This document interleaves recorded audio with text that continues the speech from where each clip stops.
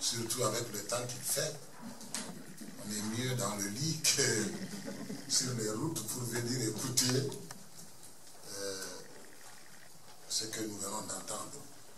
D'abord, je retrouve beaucoup d'amis, de frères, de sœurs dans cette salle.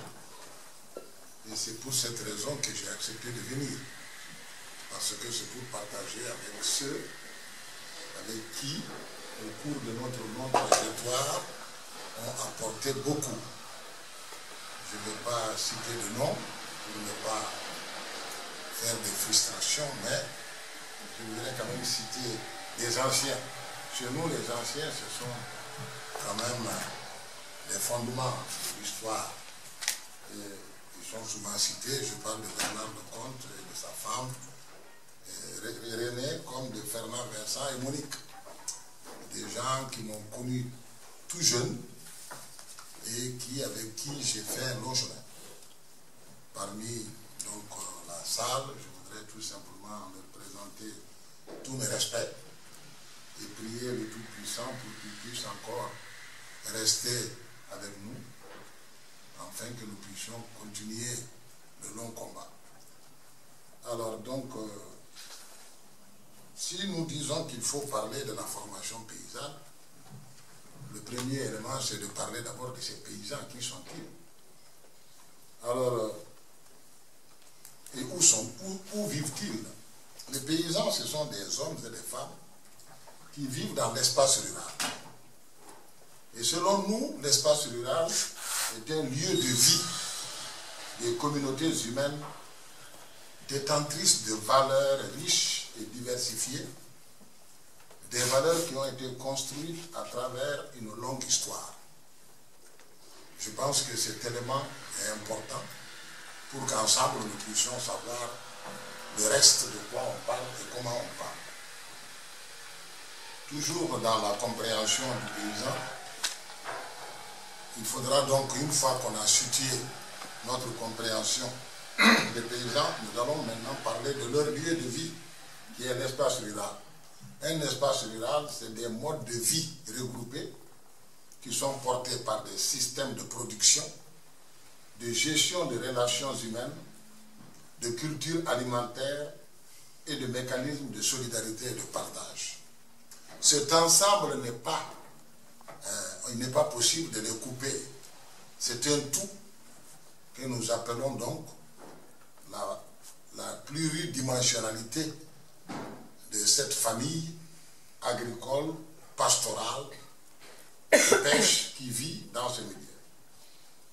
Alors, une fois que nous avons clarifié là où ils vivent, nous allons aussi dire que ces communautés humaines ont résisté au viol extérieur pour sauvegarder les langues et notre mémoire historique, nos cultures alimentaires, nos savoirs, avoir et savoir-faire, dans une globalisation unilatérale et contrôlée hors de nos références.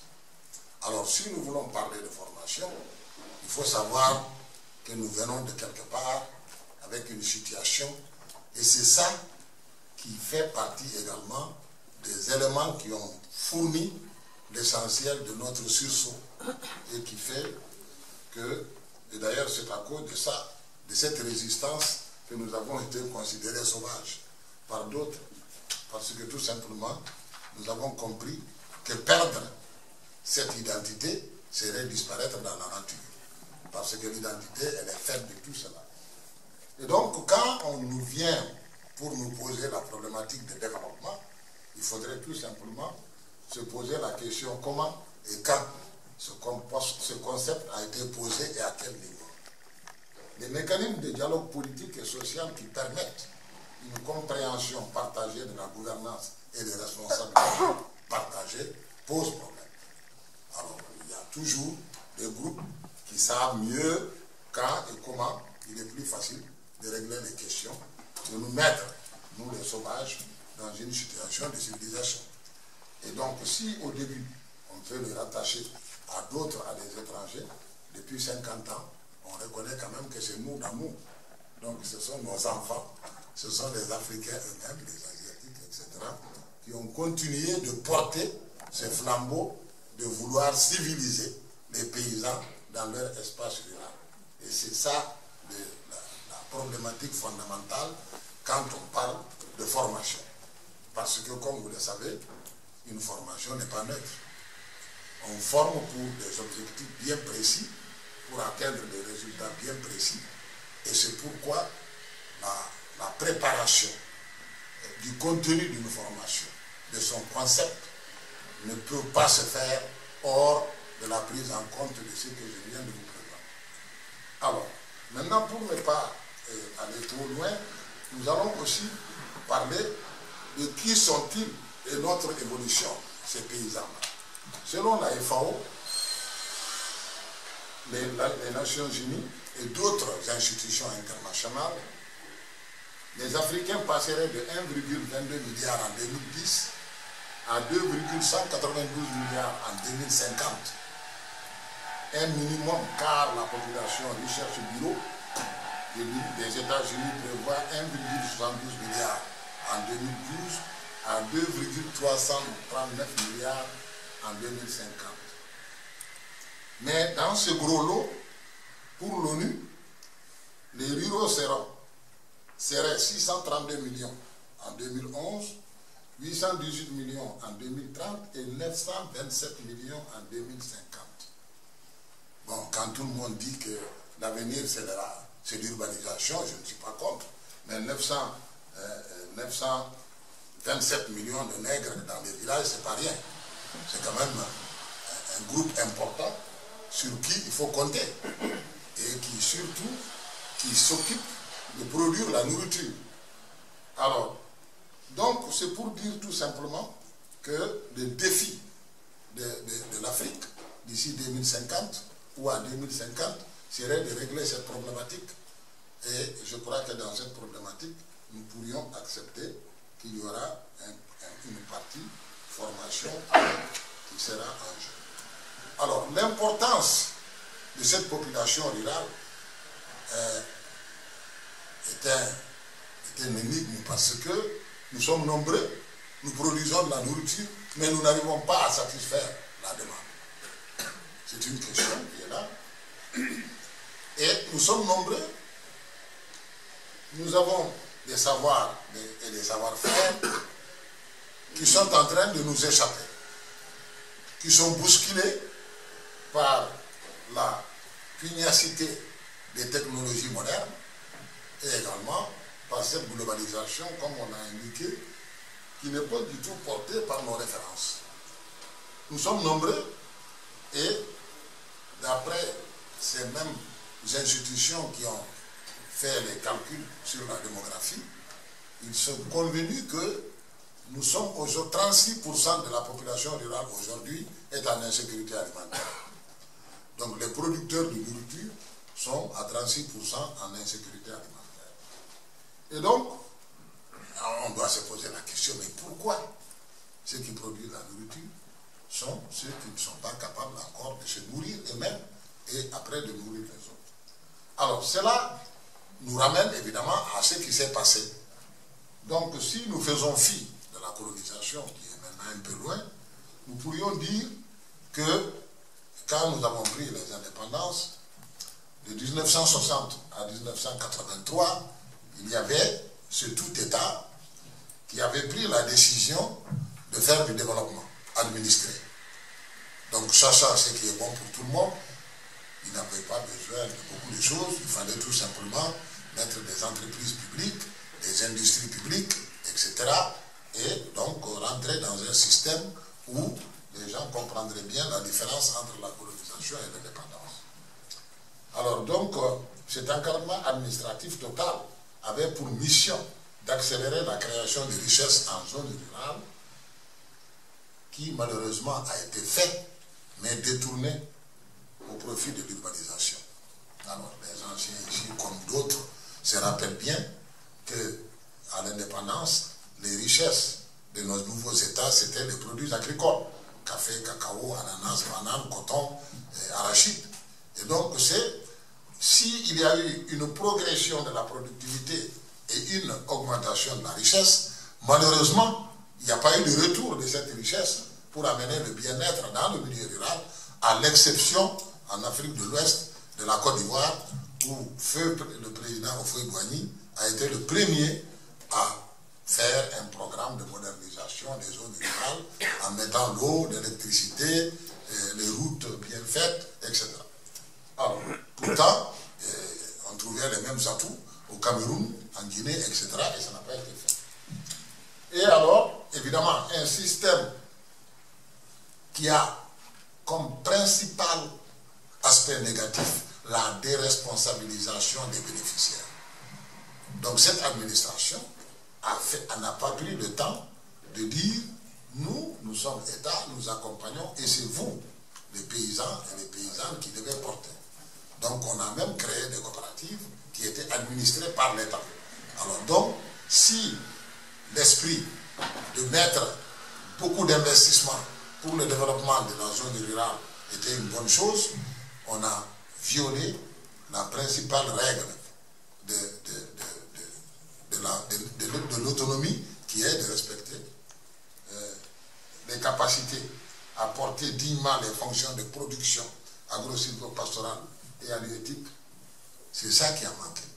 On a considéré que les paysans ne connaissaient rien, il fallait venir leur dire ce qu'ils devaient faire. Donc c'est comme ça qu'il faut s'aimer, c'est comme ça qu'il faut cultiver, c'est comme ça qu'il faut labourer, c'est comme ça qu'il faut récolter, et après vous mettez tout ensemble, et à chaque étape, il faut attendre qu'on vous dise. Alors que, quand l'Afrique a été colonisée, parce que tout simplement, il y avait des capacités de production, parce qu'il y avait des terres et des ressources minières. Mais nos propres enfants, on fait fi de cela, et donc, voilà un premier problème. Mais, il y a eu, donc, tout un programme de formation qui a porté cet encadrement. Et cette formation, c'était donc semer en ligne, déchoucher pour que les semoirs puissent circuler. Voilà, les variétés de semences, ça viendra. Donc, on a fait fi de l'existant. On est dans un milieu friche, il n'y a pas de savoir, il n'y a pas de connaissance. Donc, en un mot, on est transformé en robot. Et donc, les gens ont joué le jeu. Et ils ont fait comme on leur a dit. Et donc, cela a posé les problèmes que tout le monde connaît. Quand on prend des milliers et des millions de gens pour leur demander d'être des bénis oui-oui, alors on sait que rapidement la limite va se faire sentir. Et donc, le système colonial a continué dans cette deuxième phase en surendettant les États pour pouvoir faire des entreprises publiques, des industries publiques, et les ministères dans nos pays indépendants étaient pleins d'occidentaux, évidemment, parce que c'est eux qui connaissaient aussi, il ne faut pas trop couper, surtout qu'on a eu beaucoup d'indépendance négociée. Et donc c'était une suite, un remplacement de cadres visuels par des conseillers qui disaient et qui faisaient le maximum pour que la ligne continue. Et donc, on était rentré dans une course à la rupture. Ce n'était pas un engagement pour dire nous allons devenir ce que nous avons toujours voulu être. C'était de dire nous devrions rattraper notre retard par rapport aux Occidentaux. C'était le modèle. Donc, cela veut dire que nous avons laissé de côté la première partie que j'ai présentée, notre histoire, nos identités, nos valeurs culinaires, parce que cela est un peu sauvage et qu'il fallait, pour être dans le temps, pouvoir s'adapter à l'autre. Et donc, on a amené le système agricole qu'on a appelé le paquet technologique. Donc, des terres qui étaient très riches, mais on distribuait gratuitement les engrais pour que les gens s'habituent. Alors qu'on n'avait même pas besoin. En 60, les terres étaient très riches et fertiles. Et on a commencé à distribuer gratuitement pour que les gens s'habituent. On a demandé de mettre des quantités qui étaient normalement utilisées quand la terre a un niveau de manque de fertilité, etc. Et puis on n'a pas mis l'accent sur ces milliers et milliers de semences traditionnelles, sur toutes nos cultures traditionnelles. On a préféré amener tout de suite des variétés de pré-base, etc. pour dire, parce qu'on dit que là, il y aura une rapidité dans la productivité, etc. Donc, on était complètement, à partir du moment le plus précieux de notre histoire, c'est-à-dire l'année où on a décidé d'être nous-mêmes, tout ce qui s'est fait à partir de ce moment, pendant 15 ans, c'était tout sauf ce que nous avons pensé, nous tous, dans cette emboulie de dire nous sommes maintenant indépendants. Alors donc, ce que nous avons retenu, nous, comme contrainte fondamentale des résultats de ce que je viens de présenter, la sécurité alimentaire, la résistance des paysans, c'est parce que nous nous sommes sentis frustrés par le manque de reconnaissance de nos capacités de maîtrise, nous qui avons résisté sans beaucoup d'armes, 3 siècles de colonisation. Voilà que nos propres enfants essayent de faire de nous moins que rien. Alors donc, nous avons pensé que la bataille, la première bataille, c'était la reconnaissance et de nos valeurs, de nos capacités. Et cette reconnaissance d'ailleurs, c'est ces capacités que nous avons démontrées en faisant semblant d'être d'accord sur tout ce qu'on nous a amené, qu'on a pratiqué à la lettre. C'est ce qu'on a fait. On a pratiqué à la lettre comme des élèves sages. Et donc on a pris les engrais, on a mis tout ce qu'ils nous donnent, on les mettait. Et donc vous voyez bien qu'on ne peut pas dire que ces gens ne sont pas capables. Tout en gardant et en faisant ce que nous pensons que c'est ça qu'il fallait faire. Nous avons gardé des banques de semences traditionnelles. Nous avons gardé nos savoir-faire pour pouvoir continuer de faire la culture associée qu'on nous avait interdit parce que ça ne donnait pas de production, etc. etc. Et donc